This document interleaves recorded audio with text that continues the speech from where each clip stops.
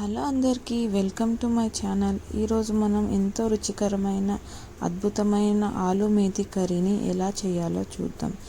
ఈ కర్రీ అన్నంలోకి కానీ రోటీలోకి కానీ చాలా బాగుంటుంది.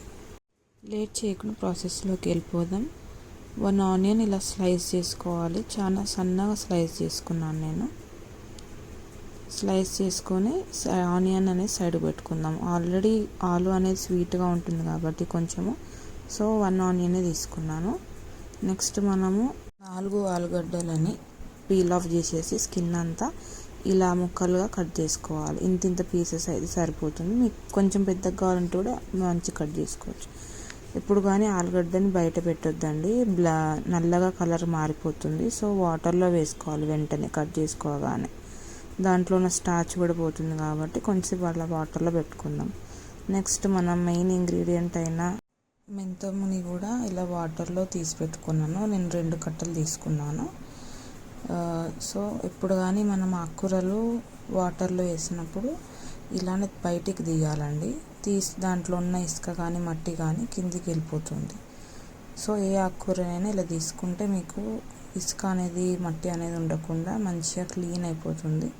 3 to 4 times వాష్ చేసిన తర్వాత నేను మెంతెంని ఇలా మంచిగా స్లైస్ చేసేసుకున్నాను. మొత్తం కట్ చేసేసుకోవాలి. చిన్నగా కట్ చేసుకొని పక్కకు పెట్టుకొని మనం నెక్స్ట్ ఒక ప్యాన్ తీసుకొని అందులో 1.5 టేబుల్ ఆయిల్ వేసుకున్నాను. ఆయిల్ అనేది మంచిగా వేగాక జీలకర్ర 1 స్పూను, గరం మసాలా కూడా వేసుకున్నాను. 1 ఇలాచీ, 1 పట్ట, ఇంకా 2 లవంగాలు కూడా యాడ్ చేసుకొని మనం ఆల్రెడీ కట్ చేసి పెట్టుకున్న ఉల్లిగడ్డ కూడా ఇందులోకి యాడ్ చేసుకొని మంచిగా కలుపుకోవాలి. ఇలా మంచిగా మిక్స్ చేసుకోవాలి. మంచిగా మిక్స్ చేసిన తర్వాత పచ్చిమిరపకాయలు కూడా 2 యాడ్ చేశానండి నేను నెక్స్ట్. సో ఈ పచ్చిమిరపకాయలు కూడా వేసుకొని మంచిగా కలుపుకొని అన్నీ వేగేదాకా కలుపుకుంటే ఇలా కలర్ చేంజ్ అయిన తర్వాత మనం నెక్స్ట్ 1 టీ స్పూన్ పసుపు, 1/2 tablespoon ginger garlic paste వేసుకొని మంచిగా కలుపుకోవాలి. ఇది కొంచెం మంచిగా వేగాలండి.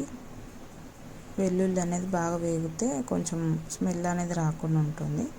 సో వేగైన తర్వాత మనము ఆల్రెడీ కట్ చేసి పెట్టుకున్న ఆలుగడ్డను కూడా ఇందులోకి యాడ్ చేసుకోవాలి. నెక్స్ట్ ఇందులో నేను 1 చిటికెడు అంత సాల్ట్ కూడా ఫస్టే వేసుకుంటున్నాను. ఉడికేటప్పుడే వేసుకుంటే ఆలు అనేది ఇట్లా స్వీట్నెస్ ఎక్కువ కాకుండా ఉంటుంది కాబట్టి నేను ముందే వేసుకొని మిక్స్ చేసుకున్నాను. కానీ ఎక్కువ వేసుకోలేదు, 1 చిటికెడు అంతానే వేసుకున్నాను. తర్వాత ఒక మూత పెట్టేసుకొని ఆలు ఉడకాలండి. ఉడికేదాకా ఒక 5-10 minutes అట్లా తర్వాత ఉడికిన తర్వాత నెక్స్ట్ నేను 1 టేబుల్ స్పూన్ కొబ్బరి పౌడర్ వేసుకున్నాను, 1 టేబుల్ స్పూన్ సాల్ట్, ఇంకా 1/2 టేబుల్ స్పూన్ కారం యాడ్ చేసుకున్నాను. ఇవంతా వేసుకొని బాగా మిక్స్ చేసుకోవాలి. కొబ్బరి ఇవన్నీ వేసాం కదా, ఇవన్నీ మంచిగా వేగాలండి. కొబ్బరి స్మెల్ అనేది పోయేదాకా మంచిగా వేగినాక నెక్స్ట్ మనము మెంతంని తీసి పెట్టుకున్నాం కదా, మెంతంని కూడా ఇందులోకి యాడ్ చేసుకుందాం.